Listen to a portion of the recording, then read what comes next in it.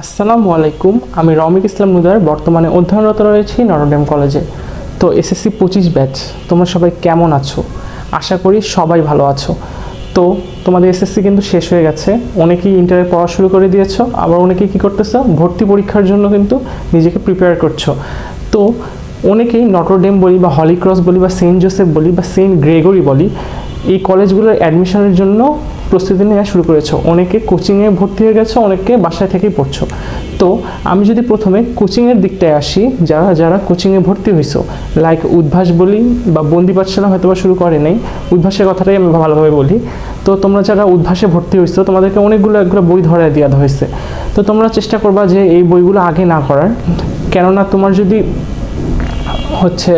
Academic strong না হয়, তুমি যদি এই বইগুলো করতে চাও, দেখবে এই বইগুলো আর একটু কঠিন কঠিন লেভেলের ম্যাথ আছে, সেগুলো করতে গিয়ে তোমার অবস্থা খারাপ হয়ে যাচ্ছে।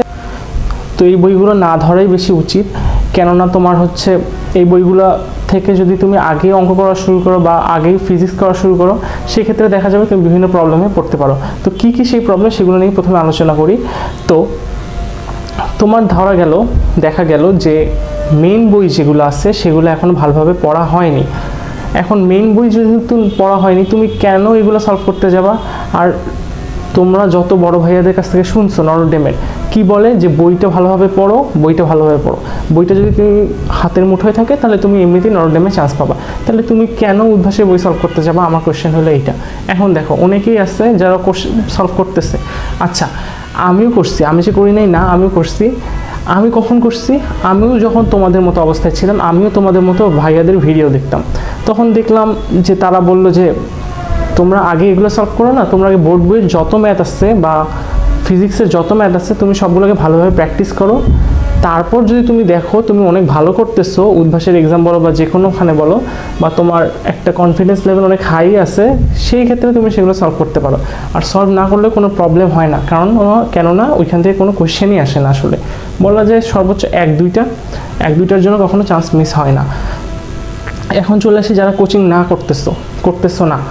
এখন যারা কোচিং করতেছো না, তারা বলতে পারো একটু সাবধানে থাকো, কেননা যারা কোচিং করতেছে অলরেডি, তারা একটা ফ্লোর মধ্যে আগাচ্ছে, কিন্তু তুমি সেই ফ্লোটা পাচ্ছ না। কেননা উদ্ভাসে হয়তো বা প্রথম দিন এক্সাম দিচ্ছে, তারপর দিন পড়াচ্ছে, তারপর দিন এক্সাম দিচ্ছে, এইভাবে চলতেছে, কিন্তু তোমার মধ্যে কিন্তু সেটা চলতেছে না। তো তোমাকে কি করতে হবে? নিজ দায়িত্বেই পড়তে হবে। এখন নিজ দায়িত্বে কি করে পড়বা? তুমি প্রতিদিন একটা সময় নির্ধারণ করে নিবা, এইটুকু সময় আমি খেলবো, এইটুকু সময় আমি মোবাইল চাপবো, এইটুকু সময় আমি এই যে অ্যাডমিশনের জন্য পড়বো। তো এই অ্যাডমিশনের জন্য পড়ার জন্য আমি যতগুলো সাবজেক্ট আছে, কোন জায়গা থেকে কোশ্চেনগুলো আসতে পারে সেগুলো আগে প্রথমে বলে নিই। তো প্রথমে আসে বাংলায় কি করবা তোমরা? রবীন্দ্রনাথ ঠাকুর, কাজী নজরুল ইসলাম বা গুরুত্বপূর্ণ যে কবিগুলো আছে, সেগুলো কি করবা? শুধুমাত্র কবি পরিচিতি পড়বা। বিশেষ করে দেখবা যে তোমাদের যদি কারোর কাছে ফার্স্ট পেপারে বই থেকে থাকে যে বাংলা প্রথম পত্রে, তুমি চেষ্টা করবা যে ওই কবিতা বা গদ্যের কবিগুলোর সাথে এই 9-10 গদ্য বা কবিগুলোর কোনগুলো একই লেখক আছে বা একই কবিতার লেখক আছে না, সেটা আছে। তো তুমি এগুলো মিলায় যেগুলো ইম্পর্টেন্ট বেশি, যেমন রবীন্দ্রনাথ, কাজী নজরুল, এগুলো পড়বা ভালোভাবে। জাস্ট সবগুলো কবি পরিচিতি একেবারে পড়ার দরকার নেই, কেননা সবগুলা পড়াটা একেবারে মনে রাখা মুশকিল। তারপরে চলে আসি গদ্য বা পদ্যর ক্ষেত্রে। গদ্যর ক্ষেত্রে তোমরা লাইন টু লাইন ভালোভাবে পড়ার চেষ্টা করবা। যেগুলো ইম্পর্টেন্ট লাইন আছে সেগুলো ভালোভাবে পড়বা। আবার বলে দিচ্ছি, যেগুলো ভালোভাবে ইম্পর্টেন্ট লাইন আছে সেগুলো ভালোভাবে পড়বা, কেননা এখান থেকে কিন্তু ফিলিং দ্য গ্যাপস আসে। এটা একটা নটরডেমের আলাদা বৈশিষ্ট্য, যে এরা কখনোই তোমাকে এমসিকিউ দিবে না, প্রায় সময় কমই দেয়। এখন বর্তমানে আমাদের সময় আসেনি, আমি এসএসসি 23 ব্যাচ। তো চেষ্টা করবা যেন তোমার লাইনগুলো প্রায় মুখস্থ থাকে। আর কবিতাগুলো যেগুলো আছে, যদি আগে থেকে মুখস্থ থাকে তাহলে ভালো, আর না হইলে একেবারে ঝরঝরা করে পড়ে যাবো, যেন তুমি যে কোনোটা অ্যান্সার করতে পারো। আচ্ছা, বাংলা ফার্স্ট পেপারের আর কোথা থেকে কবিতাটা নেওয়া হয়েছে বা কোথা থেকে গদ্যটা নেওয়া হয়েছে, এই জিনিসটা ভালোভাবে মুখস্থ রাখবা। আর কবি পরিচিতি আর পাঠ পরিচিতি আর শব্দার্থ, বিশেষ করে শব্দার্থ ভালোভাবে পড়বা। ফার্স্ট পেপার শেষ। আচ্ছা, এবার চলে আসি সেকেন্ড পেপারে যেগুলো নর্মাল ব্যাকরণ আছে, সেই ব্যাকরণের বইটা ভালোভাবে পড়ে যাবা। আর এখন যদি বলি রচনা অংশ বা কী পড়বো, রচনা অংশ থেকে তোমাকে বলে রাখি, আমাদের সময় হয়তো বা সারাংশ বা সারমর্ম আসছিল, আমার ঠিক একটা মনে নেই, আমি শিওর না। তো তুমি ট্রাই করবা সারমর্ম, সারাংশ, ভাব সম্প্রসারণটা এবার পড়ে যাও, দেখো তো আসে কিনা। এবার ভাব সম্প্রসারণটা একটু পড়ে যাও, রচনা দেখার দরকার নেই, তুমি ভাব সম্প্রসারণটা একটু দেখে যেতে পারো। সারাংশ, সারমর্ম, ভাব সম্প্রসারণ, চিঠি টিঠি দেখার দরকার নেই, এটা আসবেই না বলা যায়। এরপরে আসি হচ্ছে বাংলা ফার্স্ট গেল, বাংলা সেকেন্ড গেল। ইংলিশের কথা বলি, ইংলিশ ফার্স্টের ক্ষেত্রে সিনোনিম অ্যান্টোনিম চাইলে পড়তে পারো তোমাদের যদি খুব ইচ্ছা থাকে, আর চাইলে এটাকে বাদ দিতে পারো, কেননা বেশিরভাগ মানুষের সিনোনিম অ্যান্টোনিম সাধারণত পারে না, তো সেই ক্ষেত্রে চান্স পাওয়ার ক্ষেত্রে তেমন একটা প্রভাব পারবে না। মানুষ কিন্তু চান্স পায় না সোজা জিনিস ভুল করার জন্য, কঠিন জিনিস ভুল পারার জন্য না। মনে করো তুমি সহজ জিনিসটা পারলে না, বাট কঠিন জিনিসটা বাড়তেছো, কঠিন জিনিস হয়ে অবশ্যই একটা বাড়তেছো, বাট সহজ জিনিস 2-3টা বাড়তেছো না, তখন কিন্তু তোমার অটোমেটিক চান্সটা মিস হয়ে যাচ্ছে। তারপরে আসি হচ্ছে English second paper. English second পেপারের ক্ষেত্রে তুমি হচ্ছে যেগুলা হচ্ছে এসএসসি সিলেবাসে ছিল, অর্থাৎ তোমার হচ্ছে parts of speech, right form of verb, completing sentence, এগুলো সবগুলো অনেক ভালোভাবে পড়বো, অনেক ভালোভাবে পড়বা।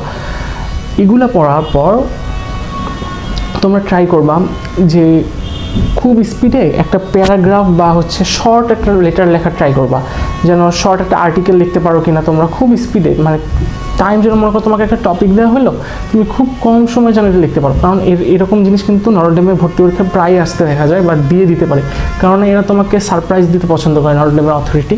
তো তুমি চেষ্টা করবা যে তুমি যেন ভয় না পাও, এক্সাম হলে চাই ভয় না পাও। তো এটা চলে গেল, ইংলিশ সেকেন্ড পেপার চলে গেল। তো ফিজিক্সের কাছে আসি। ফিজিক্সের ক্ষেত্রে হচ্ছে তুমি ফুল বইটা খুবই ভালোভাবে রিডিং করো ভাই, খুবই ভালোভাবে রিডিং করো। বিশ্বাস করো, অনেকেই বলে যে ফিজিক্স বইয়ের ভিতরে কিছুই নেই, কিন্তু না, তুমি যদি ভালোভাবে রিডিং পড়ো তাহলে দেখবা যে অনেক কিছুই আসলে ভিতর থেকে বের হয়েছে। তুমি লাইন টু লাইন দাগায় দাগায় পড়বা, তাহলে দেখবা তুমি ফিজিক্স এমনি পারতেছো। আর সাধারণত ট্রাই করবা যে বড় ম্যাথ করার চেয়ে ছোটো ম্যাথগুলোর দিকে একটু বেশি ফোকাস করবা, দেখবা। আর স্লাইড ক্যালিপার্সের যে ম্যাথগুলো আছে, স্লাইড ক্যালিপার্স বিশেষ করে নটরডেমের জন্য স্লাইড ক্যালিপার্স একটু ভালোভাবে দেখে যেও ভাইয়া, কেননা নটরডেমের প্র্যাকটিক্যাল বিষয় একটু বেশি গুরুত্বারোপ করা হয়। তো সেই ক্ষেত্রে তুমি যদি একটু স্লাইড ক্যালিপার্সের ম্যাথগুলো দেখে যাও তাহলে আমার মনে হয় ভালো হবে, কেননা আমাদের সময় স্লাইড ক্যালিপার্সের ম্যাথ আসছিল, বাট আমি ওটা পারিনি করতে, তবুও আমার চান্স হয়েছে।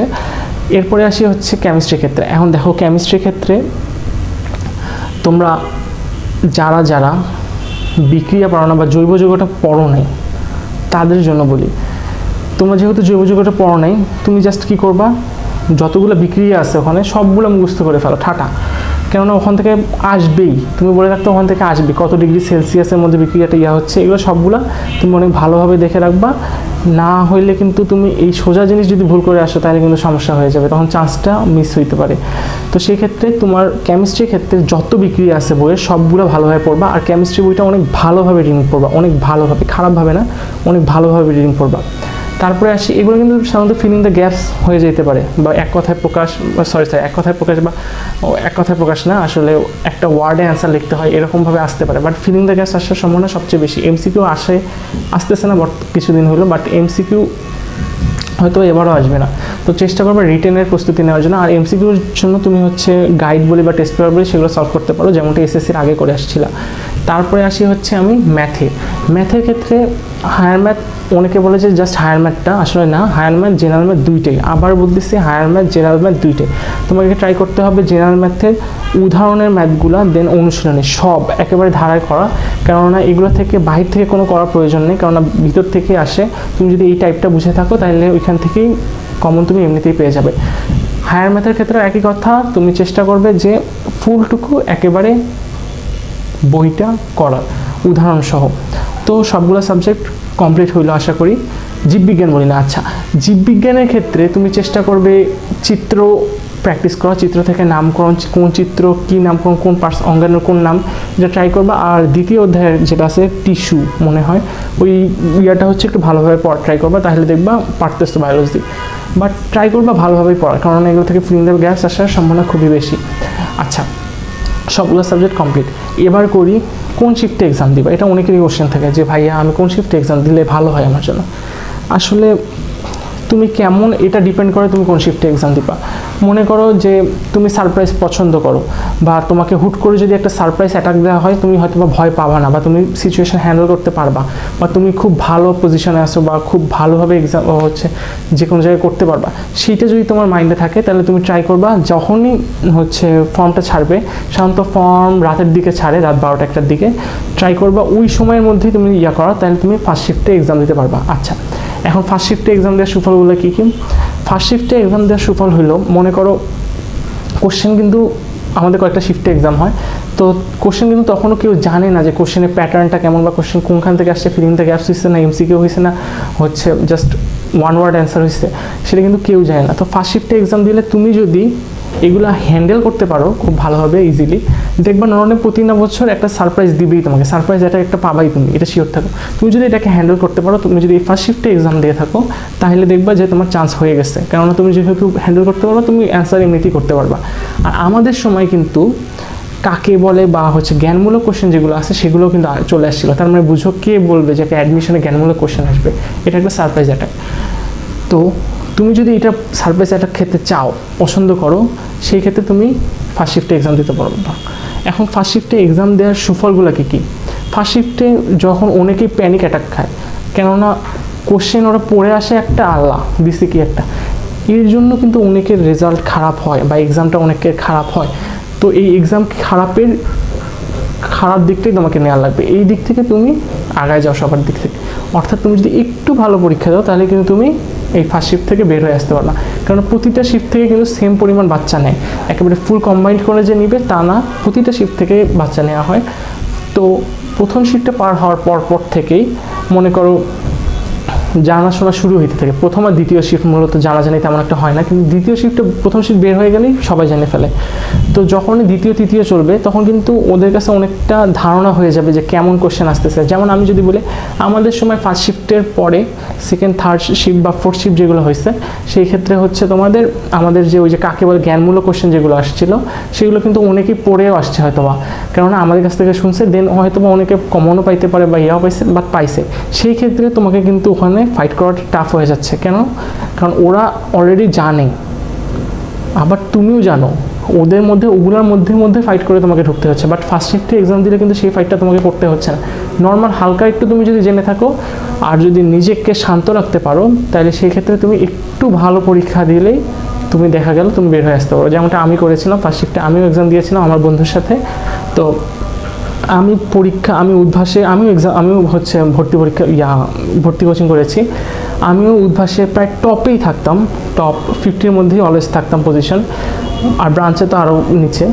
তো তখন আমার মধ্যে একটা চলে আসছিলো যে না, আমি পারবো, তেমন কোনো সমস্যা হবে না। তখন আমি ফার্স্ট শিফটে এক্সাম দিয়েছিলাম। তো সেইবার আমাকেও প্যানিক দিচ্ছিলো। তো আমি চেষ্টা করছি যে যতটুকু পারি ততটুকু অ্যান্সার করে আসি, কেননা আমার কাছে যেটা কঠিন সেটা অন্যদের কাছেও কঠিন। তো আমি তো বের হয়ে এসে ভাবছি যে আমার চান্স হবে না, কারণ আমি তো কখনোই এত খারাপ পরীক্ষা দিইনি। পরে দেখা গেল আমার চান্স হয়ে গেছে। তাহলে কি বুঝলে এখান থেকে যে তোমার প্যানিক অ্যাটাক করা যাবে না। ট্রাই করবা বন্ধুদের সাথে নিয়ে মজা করতে করতে এক্সাম দেওয়া। কখনোই ভাববা না যে না আমাকে চান্স পাইতেই হবে। আরে বাবা, আসো, চিল করো, পরীক্ষা দাও, বের হও। দেখবা অনেকেই যে জোর করে পাঠায় এক্সাম দিচ্ছে, হয়ে গেছে। এটা কেন হয়? আসলে ওরা প্যানিক অ্যাটাক করে না।